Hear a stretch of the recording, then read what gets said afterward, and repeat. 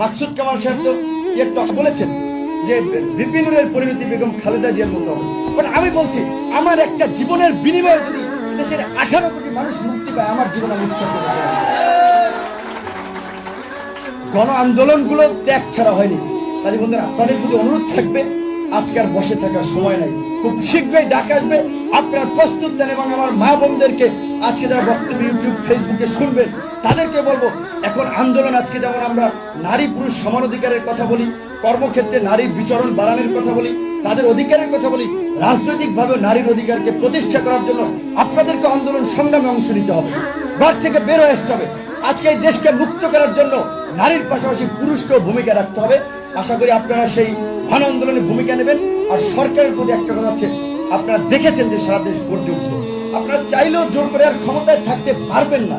কিন্তু যদি safe exit চান, তাহলে নিজেরাই একটা